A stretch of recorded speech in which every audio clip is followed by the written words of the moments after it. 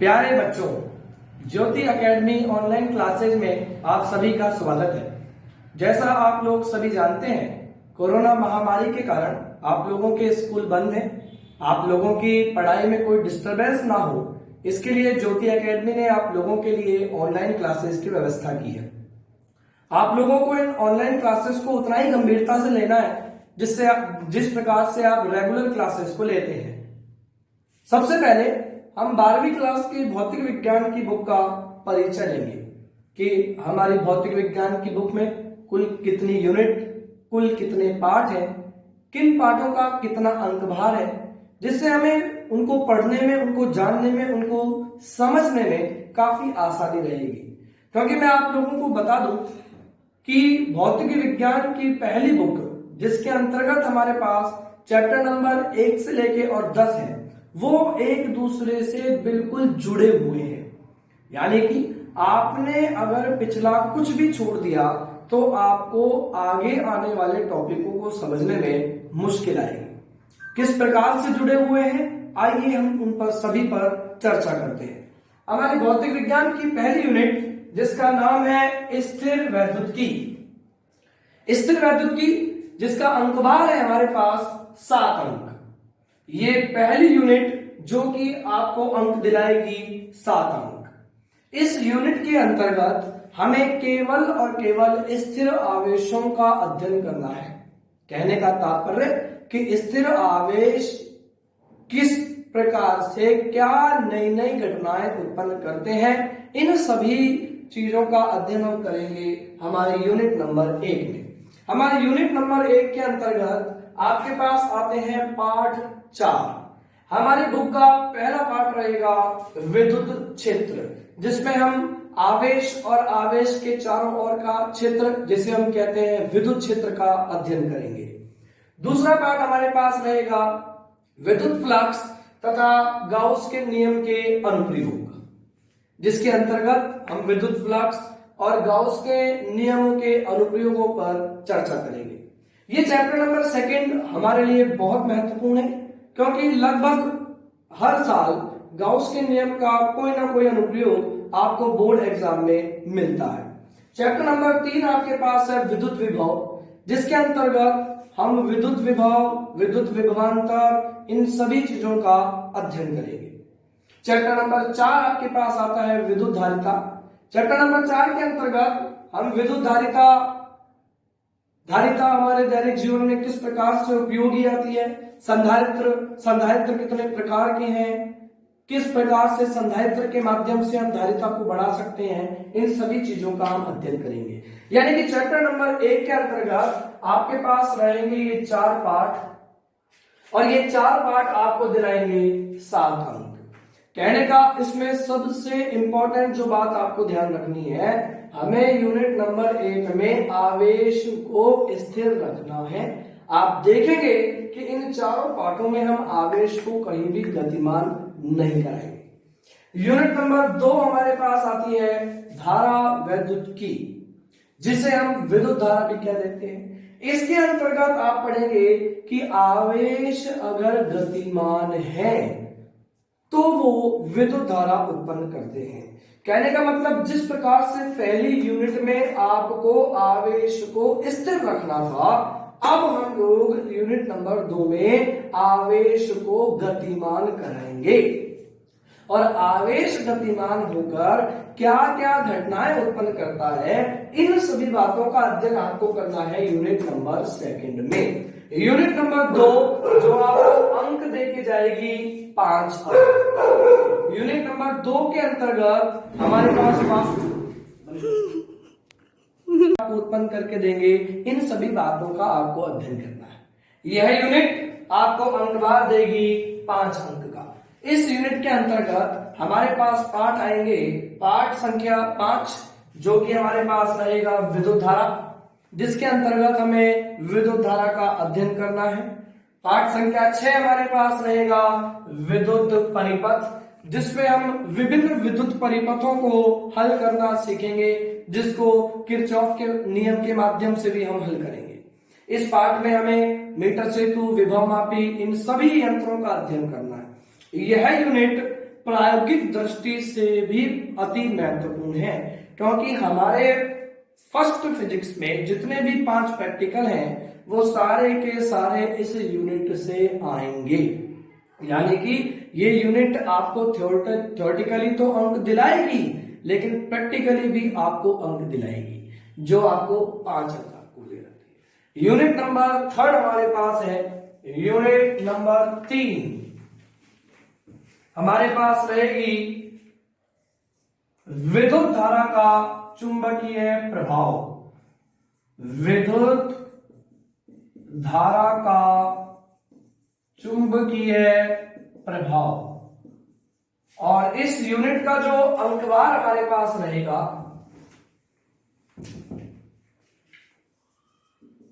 इस यूनिट का अंकवार जो हमारे पास रहेगा वो रहेगा 5 अंक का। जिस प्रकार से आपने देखा कि यूनिट नंबर 2 में हमने पढ़ा था विद्युत धारा, तो अब जब किसी चालक में विद्युत धारा प्रवाहित की जाती है तो उस चालक के चारों ओर चुंबकीय क्षेत्र उत्पन्न होता है। इस प्रभाव को हम कहते हैं विद्युत धारा का चुंबकीय प्रभाव। यह यूनिट जो कि केवल और केवल एक ही पार्ट रखेगी, जो हमारे पास पार्ट संख्या रहेगा 7। ये आपका पार्ट संख्या 7 रहेगा, विद्युत धारा का चुंबकीय प्रभाव, जो कि आपको अंक अकेला पार्ट दिलाएगा 5 अंक का। इसके बाद यूनिट संख्या 4 हमारे पास रहेगी चुंबकत्व तथा चुंबकीय पदार्थों के गुण। चुंबकीय पदार्थों के गुण, ये यूनिट आपको अंक दिलाएगी 3 अंक का। चैप्टर ये रहेगा आपके पास 8वां पार्ट।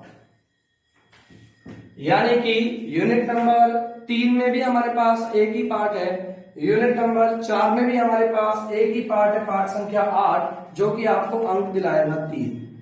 इस पार्ट के अंतर्गत हमें चुंबक के गुणों, इन सभी बातों का अध्ययन करना है कि चुंबक हमारे दैनिक जीवन में किस प्रकार से काम आती है।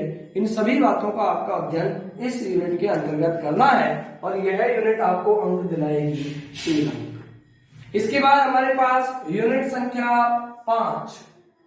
यूनिट संख्या 5 जिसका नाम है आपके पास विद्युत चुंबकीय प्रेरण, विद्युत चुंबकीय प्रेरण तथा प्रत्यावर्ती धारा।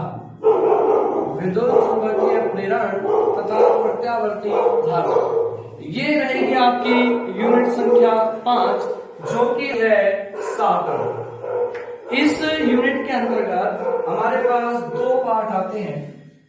पार्ट संख्या 9 हमारा रहेगा विद्युत चुंबकीय प्रेरण, और चैप्टर नंबर 10 हमारा रहेगा प्रत्यावर्ती धारा। प्रत्यावर्ती धारा।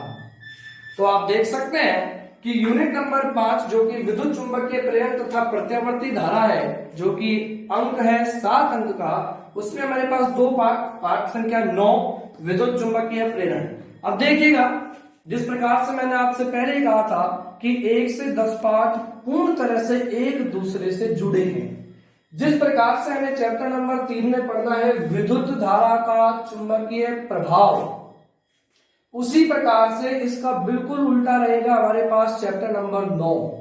विद्युत धारा का चुंबकीय प्रभाव आपसे कहता है कि जब किसी चालक में विद्युत धारा प्रवाहित की जाएगी तो उसके चारों ओर चुंबकीय क्षेत्र उत्पन्न होता है। चैप्टर नंबर 9 आपसे कहता है कि जब हम किसी चालक को चुंबकीय क्षेत्र में रखते हैं तो उसमें विद्युत धारा प्रवाहित होती है। यानी कि चैप्टर नंबर 3 और चैप्टर नंबर 9 एक दूसरे का अपोजिट है, इसलिए पढ़ने में आप लोगों को आसानी होगी। चैप्टर नंबर 10 में हम पढ़ेंगे प्रत्यावर्ती धारा, अल्टरनेट करंट, जिसे हम संक्षेप में एसी भी कहते हैं। प्रत्यावर्ती धारा क्या होती है, क्या इसकी प्रॉपर्टीज, क्या इसके गुणधर्म है, ये हमारे दैनिक जीवन में किस प्रकार से काम आती है। तो ये आपके 1 से लेके 10 पार्ट थे, जो कि अंकवार मैंने आपको बता दिए, जो कि आपके यूनिट कंसिस्ट करते हैं यूनिट 5। अब हम आ जाते हैं यूनिट नंबर 6 पर।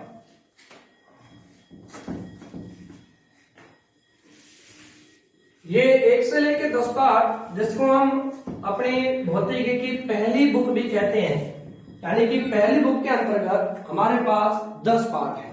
सेकंड बुक यूनिट संख्या 6, जिसको हम कहते हैं प्रकाशिकी।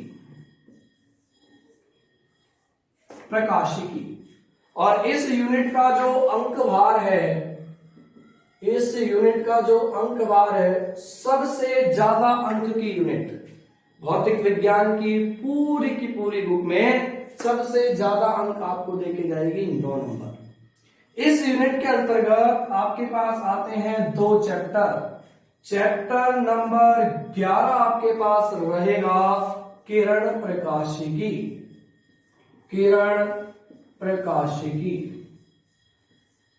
प्रकाशिकी के अंतर्गत आपको प्रकाश को किरण मानते हुए अध्ययन करना, यानी कि प्रकाश किरण रूप में क्या नई नई घटनाएं दिखा सकता है, जैसे अपवर्तन, परावर्तन, इन सभी बातों का अध्ययन हम करेंगे चैप्टर नंबर 11 में।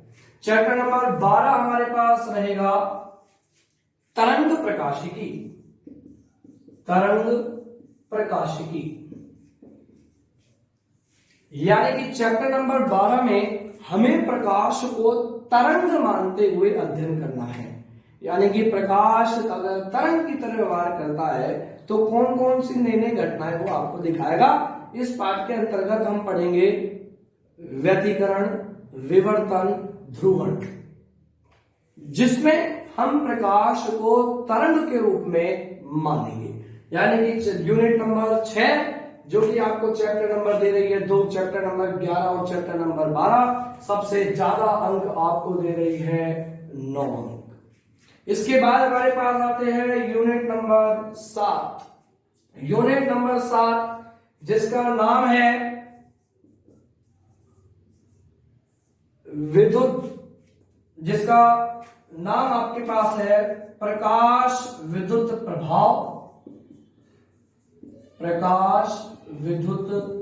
प्रभाव तथा द्रव्य तरंगे। ये आपके पास रहेगी यूनिट नंबर 7। ये आपको अंक देके जाएगी 4 अंक, यानी कि ये छोटा सा पार्ट है, थ्योरेटिकल है लगभग। ये अकेला पार्ट आपको 4 अंक देके जाएगा। अब इन दोनों में समानता हम देखते हैं। ये दोनों यूनिट प्रकाश से संबंधित है। यूनिट नंबर 6 में हम प्रकाश को किरण और प्रकाश को तरंग मानते हुए अध्ययन करेंगे, जबकि यूनिट नंबर 7 प्रकाश विद्युत प्रभाव, इसमें हम प्रकाश को पार्टिकल अर्थात प्रकाश को कण मानेंगे। यानी कि जब धातु की सतह पर किसी प्रकाश को आपतित कराया जाता है तो उससे विद्युत धारा प्रवाहित होती है, यानी कि प्रकाश विद्युत प्रभाव के अंतर्गत प्रकाश ऊर्जा को विद्युत ऊर्जा में रूपांतरित किया जाता है। इस चैप्टर के अंतर्गत इस यूनिट में केवल आपके पास एक ही चैप्टर रहेगा, अकेला पाठ आपको 4 अंक देके जाएगा। यूनिट नंबर हमारे पास रहेगी 8, परमाणु तथा नाभिक।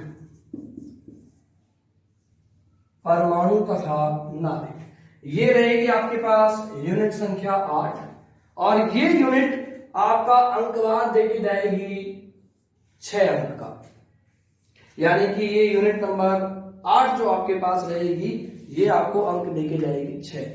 इस यूनिट के अंतर्गत हमारे पास 2 पाठ, चैप्टर नंबर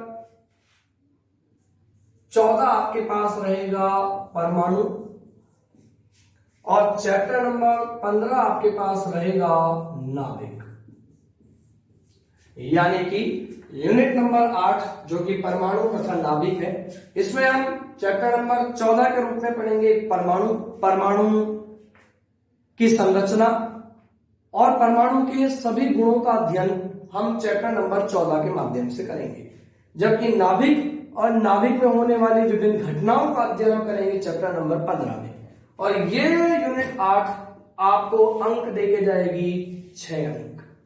इसके बाद हमारे पास यूनिट नंबर 9, यूनिट नंबर 9 जो कि आपके पास रहेगी इलेक्ट्रॉनिक्स। यूनिट नंबर 9 जो आपके पास रहेगी इलेक्ट्रॉनिकी। इस यूनिट के अंतर्गत हमारे पास एक ही पार्ट है जो आपको पार्ट संख्या मिलेगा 16। ये अकेली यूनिट, अकेला पार्ट आपको अंक भार देके जाएगा 6 अंक का।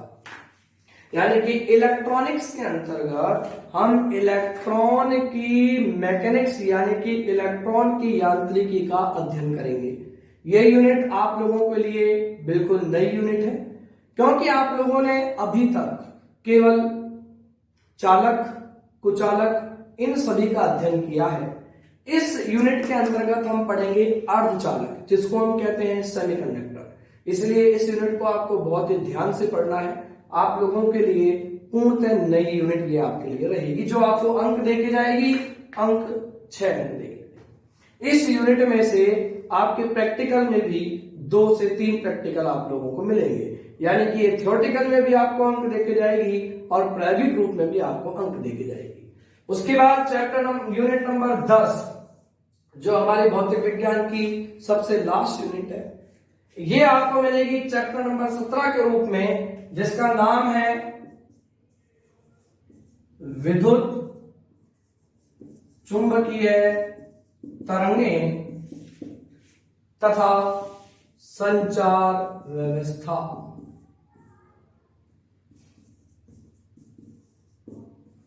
और ये यूनिट आपको अंक देके जाती है 4 अंक। इस यूनिट के अंतर्गत जो कि आपके पास पार्ट रहेगा 17वां, इस यूनिट में केवल और केवल एक ही पार्ट रहेगा जो आपको मिलेगा 17वां पार्ट। इस यूनिट के अंतर्गत हमें विद्युत चुंबकीय तरंगों का अध्ययन करना है, इलेक्ट्रोमैग्नेटिक वेव, तथा संचार व्यवस्था का अध्ययन करना है। आसान पार्ट है, थ्योरेटिकल पार्ट है, जो कि आपको अंक देके जाएगा 4। तो अब आप लोगों ने पूरी भौतिक विज्ञान का परिचय ले लिया। पूरी भौतिक विज्ञान में हमारे पास कुल यूनिट्स हमारे पास हैं 10।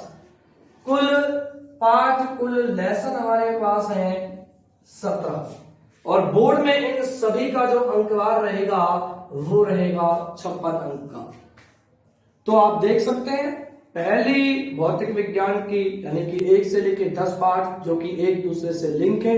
कोई भी टॉपिक आपको बीच में नहीं छोड़ना है, बहुत ही आसान बात है। ध्यान से सुनते जाएंगे, ध्यान से अपना प्रैक्टिस करते जाएंगे, तो आपको किसी भी टॉपिक में कोई समस्या नहीं आएगी। ये हमारे पास पूरी की पूरी भौतिक विज्ञान का परिचय था।